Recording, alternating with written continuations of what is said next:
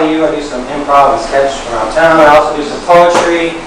I'm part of a group of poets that take our typewriters. We do poetry on demand, and it's kind of like improv poetry. So I came up with this bit that's creatively called improv poetry. So what I'm going to try to do is I'm going to write a short poem, 3 or 4 lines because there's only so much time, and I'm going to attempt to articulate the process of composition as it's going on, kind of stream of consciousness-like. Because while you're writing, and maybe some of you are writers, the creative process is kind of an interesting, weird, amorphous thing.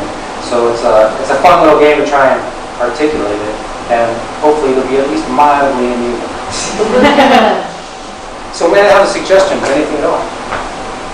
Anything? Junebug. Junebug, I love it. So I need to speak quickly so I don't trip myself up. It can be a little relentless because it's kind of like a fast monologue. But it's short, so please bear with me. Junebug. So the first thing I come up with, Junebug, sometimes I go with associations. Junebug, of course, you think summer. Chicago, for me, is a new place. I've been here about 8 years. I grew up in California, so humidity and Junebugs make me feel like I'm in a new place. It makes me feel like I'm in a foreign place. When I was in California, I used to think Chicago was in the East Coast. So I had no sense of geography. And even though I love the weather in California, it got monotonous. So the changes of weather is something that just makes me feel really good. So I actually love heat. I love humidity. I love the extreme weather. Even though I start with association, I don't know where I'm going to go with any of this. I don't have a line. I can't think of anything. So I just put those ideas kind of at a corner of my mind. Sometimes I also go to a sound like Junebug. If you repeat words over and over, they kind of start to take on a gibberish feeling, and they kind of lose their meaning. So you say Junebug. Junebug is a bug, like a oompa, like something guttural, like maybe food, maybe something with hungry. I don't know, but I need to write a line. So the next I need to just come up with a line, and sometimes when I'm at a loss, I just go straight for an image. There's so many different ways to approach a line, but I go straight for an image. And I would love if an image came to me right now, but I'm just going to say brightly lit and flickering. That's my first line. Brightly lit and flickering. So that's a clear image. I put this up and I was going to write things down because I was told from a friend that maybe I should have a visual, and I already don't like it, so I'm not going to do it. So what did I say? I said brightly lit and flickering.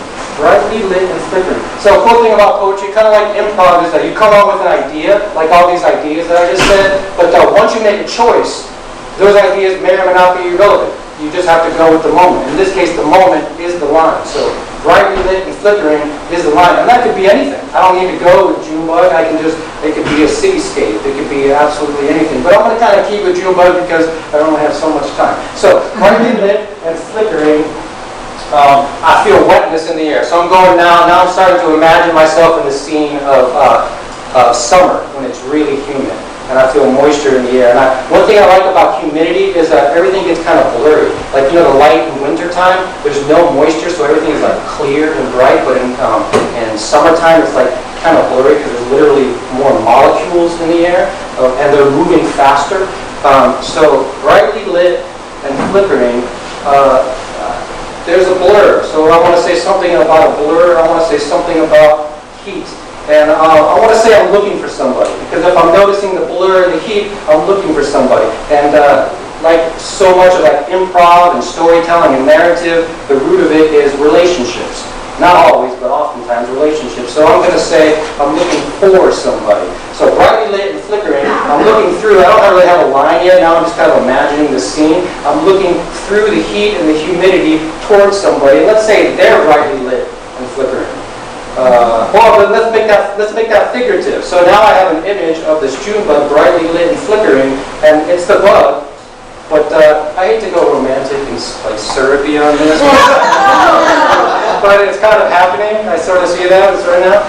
So I'm going to take an image, and then I'm going to take a figurative image, and I'm going to say there's a Junebug right here. So brightly lit and flickering. I need another line. I just need to say a line, and the next line is.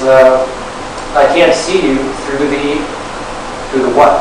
to the moisture. No, I can't see you through the heat. Let's just say that. I just can't. I can't see you through the heat. Brightly lit and flickering, I can't see you through the heat. Let's sum this up. We need one more line, two more lines to cap it. One of the weird things about doing the improv poetry thing too is because it's short, the form dictates so much. So if you have these two lines, they set up something, and then the last two lines or the last line ideally is a kind of clincher. So the form itself kind of creates this sort of need because it's so short. So brightly lit and flickering. What did I say? I can't see you through the heat. Something is happening. What's happening? What's happening? Why can't I see you through the heat? Is that passion? Is heat passion? Is heat because of fear? So heat is obviously like energy.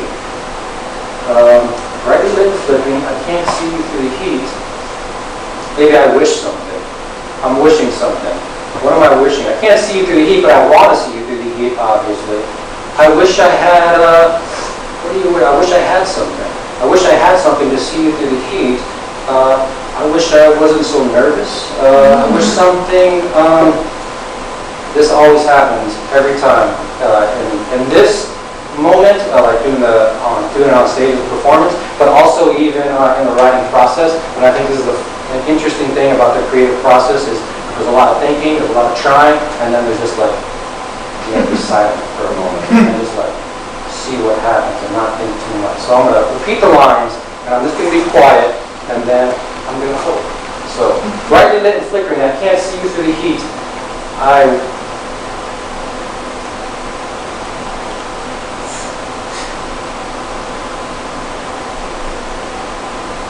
have a feeling for it. Oh, it sounds so cheesy. I hate it, but we gotta do it. We only got so much time, so fuck it. Brightly and flickering, I see you through the heat, I have a feeling for you, but. Let's just say a but, there's a contrast here.